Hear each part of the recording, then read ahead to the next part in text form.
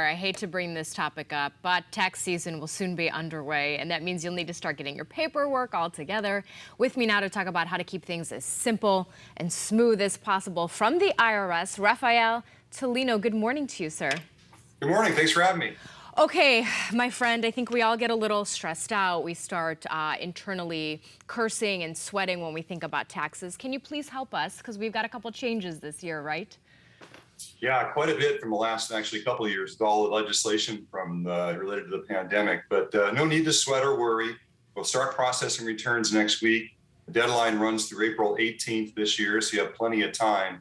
A couple of things to note, though, that are really important this year, considering all that legislation, considering millions of people, if not tens of thousands here in San Diego County, got the advanced child tax credit, and then the third round of the economic impact payments last year from the rescue plan in March. Those two things have reconciliations, if you will, on the tax return this year, because a lot of folks are going to be due a little bit more or the full amount they didn't receive either one of those based on their situation and changes in 2021.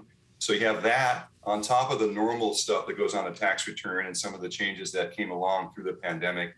It's really important to do two things. One, having said that, to file an accurate return the first time. So double, triple, even quadruple check all those things to make sure you send that in accurately the first time. That way you don't delay or avoid delays in your tax refund and that kind of thing.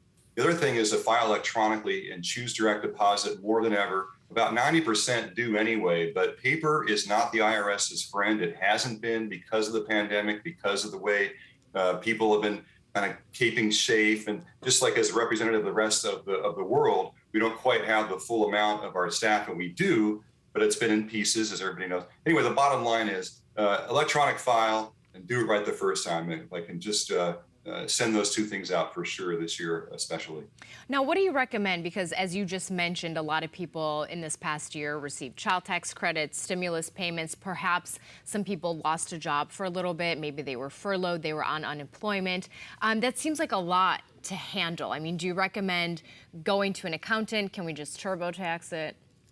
It depends on your situation. Most people choose, well, not most, about half use a tax professional. But we don't recommend anything. We recommend whatever is comfortable for you to file that return accurately the first time and honestly, and all the situations that you're there to take advantage of all the benefits that are there to reduce your bill and or increase your refund. So that being said, if you can navigate a shopping cart, credit card, and online shopping and those kinds of things, depending on your situation, you can probably do it yourself with software, no problem.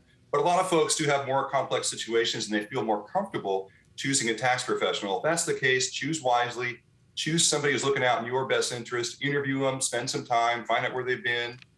Make sure you're choosing somebody reputable, and that way you're getting a good, honest, accurate return, because no matter who prepares it, you're the one responsible for it, the information on it once you sign it. Scary. There are some important dates that we need to know. Let's start with one that already passed. January 14th, the IRS free file opens. Can you explain what that is to people? And then I know we've got a couple of other dates, like, April 18th is the big change as opposed to April 14th, I believe.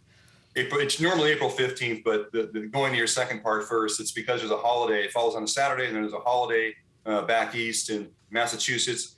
So bottom line is it moves to April 18th, so a couple more days this year.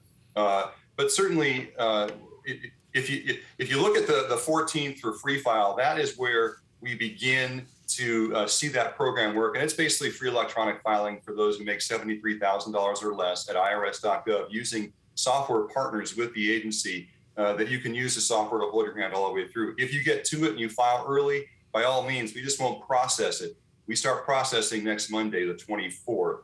So you do have some time to gather. If you want to file super early, by all means, but certainly Free File is an excellent resource for free electronic filing. January 28th, Earned Income Tax Credit Awareness Day. What's that? Earning a tax credit is a credit given to hundreds and tens of thousands of people here in the county. It's almost $500 million every year. It's basically a tax credit given to lower to moderate income individuals and families for working. And so if you qualify for EITC, and the 28th is just an awareness day to raise awareness, say, hey, as you're doing your return, we feel normally it's about 1 in 5 overlook that really important tax credit. So don't overlook it. And that's what Awareness Day is about for that tax credit, is to make sure when you file your return, if you're eligible for EITC, by all means take it and reduce your taxes and/or boost your refund with it.